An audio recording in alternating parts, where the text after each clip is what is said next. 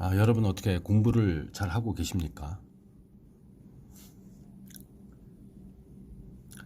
어, 이제 이번에도 120의 용어를 한번 이제 답안을 작성해서 한번 지금 영상을 찍고 있는데요. 이것을 이제 제가 왜 올리냐 하면은 이제 우리가 이제 4년제 임과대학, 뭐 임학과, 임상가공학과, 산림경영학과, 산림자원학과 뭐 이런 등 어떻든 뭐 조경학과든 뭐 원예학과든 뭐 식물자원보호학과든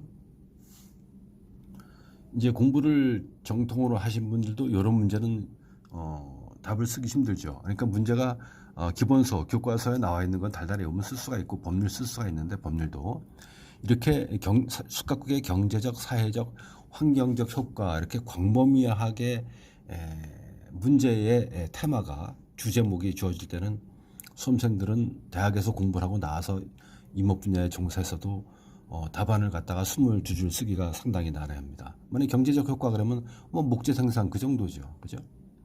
뭐 질 좋은 뭐 목재, 목재 수익, 목재 국산화 뭐 이런 것뿐이 생각 안 나죠. 사회적 그러게 되면 뭐 공익 기능, 환경적 그러면 뭐 산사태, 대기 이 정도 네 줄뿐이 못 씁니다. 네 줄뿐이.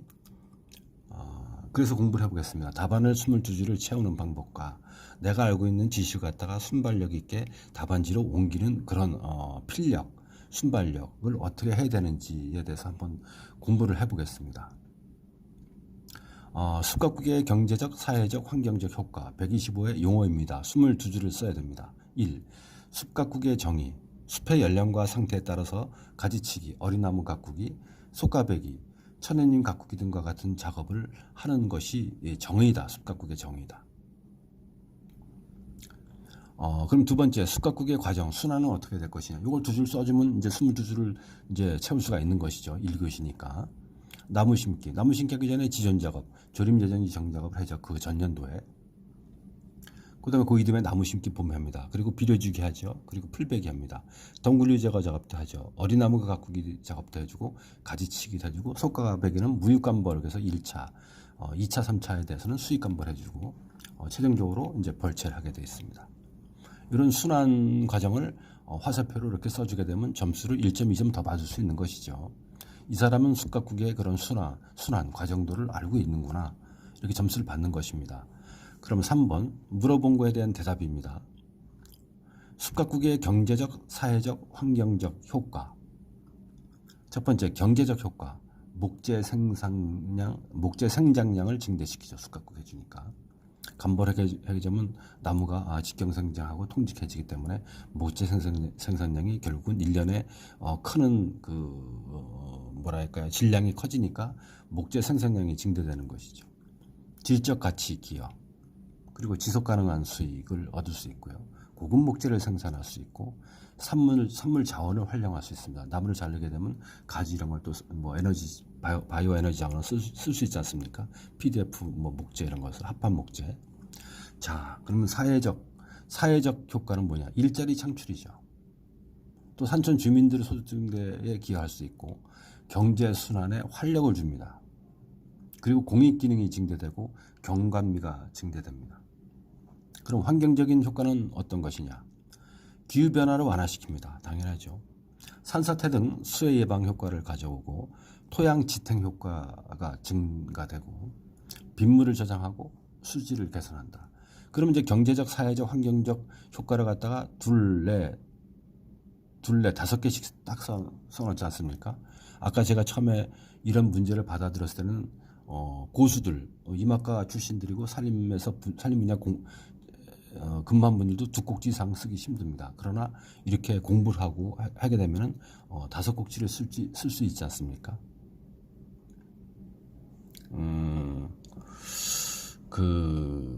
그러니까 제가 이제 이게 숙각국의 경제적, 사회적, 환경적 효과에서 하나 이제 힌트를 드리게 되면은 이제 연상법으로 외우는 것입니다. 연상법으로.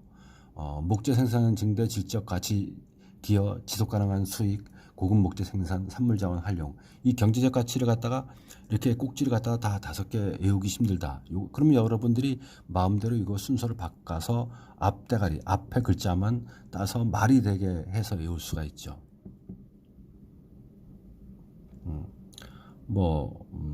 만약에 이제 경제적 효과에서 세 번째는 지속 가능한 수익, 그 질을 맨 위에 올리고 질적 가치를 두 번째 놓게 되면 지질이 되잖아요. 지질, 땅의 질. 그리고 세 번째를 고급 생산 갖다 놓고 목재 생산량 증대를 네 번째 갖다 하게 되면 고목이 되잖아요. 지질 고목. 그럼 지질 땅의 질이고 고목은 오래된 나무지 않습니까? 그리고 산, 지질 고목산. 이렇게 외우게 되면 지질 고목산. 경제적 효과를 갖다가 지질 고목산으로 외우는 게 쉽습니까? 지금 앞자가 있는 것처럼 목질 지고산 이렇게 외우는 게 쉽습니까? 그러니까는 여러분들이 이제 이런 것은 1, 2, 3, 4번을 바꿀 수가 있는 것이기 때문에 연상법에 의해서 외우는 것을 갖다가 습관을 들이십시오. 그리고 이런 답안 작성도 연상법에 의한 순서로 놓은 다음에 앞대가리를 외우십시오. 그래야지 시험장에 가서 다 쓸 수가 있는 것입니다. 그것이 바로 연상법입니다. 우리가 옛날에 국사 시간에 뭐 임금 들고 순서, 태정태세, 문단세 뭐 이렇게 뭐 공부하듯이 또는 뭐 식갑 십이지, 자축이며 진사오미 신유술에 뭐 이런 거 그리고 뭐 갑을병정 무기경신 임계, 자축이며 진사오미 같은 게 뭐 주서범토 용배말 양원 닭개대 이제 이런 식으로 저는 외웠습니다. 제가 이제 이런 식으로 연상법으로 답안을 갖다가 그 작성하고 서브노트를 작성하고 앞대가를 갖다가 순서대로 말이 되게 외워서 저는 상당히 큰 점수를 받는데 유리한 적이 많이 있었습니다. 참고로 힌트를 드렸습니다. 명심하십시오. 이거에 따라서 합격의 당락이 결정될 수 있습니다. 자, 그럼 네 번째, 숲 가꾸기 시 유의사항. 숲 가꾸기 시 유의사항. 숲 가꾸기 시자를 한 칸 띄었어야 되는데 제가 띄어쓰기 틀렸습니다. 웃자고 하는 얘기입니다. 1번.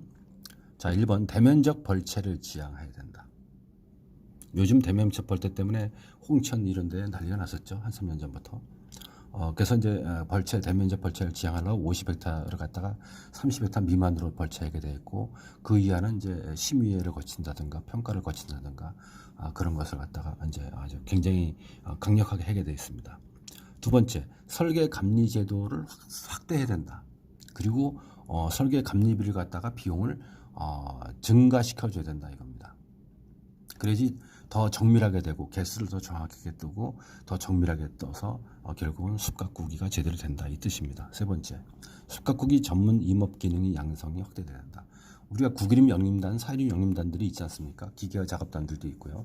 그런 분들이 이제 돈벌이가 안 되니까 자꾸 다른 분야로 이제 해다가 갑니다. 실컷 뭐 함유백, 함선백을 갖다가 뭐 작동할 수 있는 기술, 와이어로프를 가지고 뭐 임도해서 하향 집재, 상향 집재 할 수 있는 기술, 뭐 이런 것을 다 기껏 가르쳐놨더니 1년 내내 돈벌이가 안 됩니다. 그리고 다른 데 노가다판 간다든가 공사판에 가는 경우가 많습니다. 상당히 안타까운 일입니다. 그러니까 숲 가꾸기 시 전문 임업 기능의 양성을 확대해야 되고 그분들을 보존해야 되고 그분들의 일자리 창출을 갖다가 유지 보존해 줘야 된다. 정책상 그런 걸 써주게 되면 점수를 받습니다. 그리고 다섯 번째, 결론까지 냈습니다. 숲 가꾸기는 경제적, 사회적, 환경적 요인을 고려한다. 위에 있는 걸 그대로 써줘도 점수 받는데 무리가 없습니다. 자, 이번 시간에도 역시 용어 문제에서 칸을 채우는 방법, 그리고 이렇게 교과서 이런 데에 정확히 텍스트로 나와 있지 않은 것에 광범위하게 두리뭉실 나오는 문제에 대해서 답안을 작성하는 방법, 공부하는 방법, 공부 요령, 그리고 용어에 대해서 22줄을 채우는 요령에 대해서 공부를 한번 해봤습니다. 우리가 이제 시험장에 가서 시험을 이제 1교시 문제를 받아보면 앞이 캄캄하죠. 생뚱맞은 문제도 있고 공부가 안 한 것도 있고 법률이 쭈르륵 나오니까는 이번에도 틀렸어. 이제 속으로 이제 자책감을 갖고 이제 용기를 잃게 되는데, 여러분들 130일에 그러지 마시고요. 침착하게 내가 아는 문제를 1, 2, 3, 4, 5, 6, 7, 8, 90을 딱 골라가지고, 또 모르는 문제 소설 쓰더라도 두세 문제 골라가지고 차분하게 답안을 작성하게 되면 1교시에서 어떻게든 45점 이상을 받아야 됩니다. 1교시가 가장 힘듭니다. 왜? 여러 과목이 나오고 생뚱맞은 문제가 나오고 필기를 문제를 출제한 분들이 수험생들을 당황시키게 하려고 하는 그런 특징이 있기 때문에 1교시에 문제지를 받아보면 수험생들은 당황하게 되어 있습니다. 그러나 절대 당황하지 마시고요. 침착하게 내가 아는 문제부터 1, 2, 3, 4, 5, 6 정해가지고 차곡차곡 시간 안배해서 써나가게 되면 되는 것입니다. 1교시에는 45점 이상을 무조건 받아놓고요.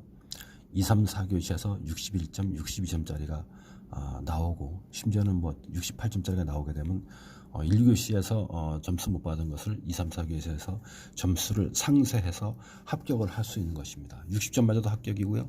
67점 맞아도 합격입니다. 60점 이상만 맞으면 합격이니까요.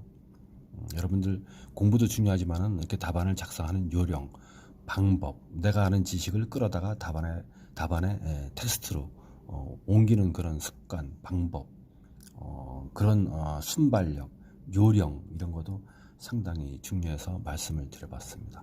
이번 시간에는 습각구의 경제적, 사회적, 환경적 효과에 대해서 공부를 해봤습니다. 감사합니다.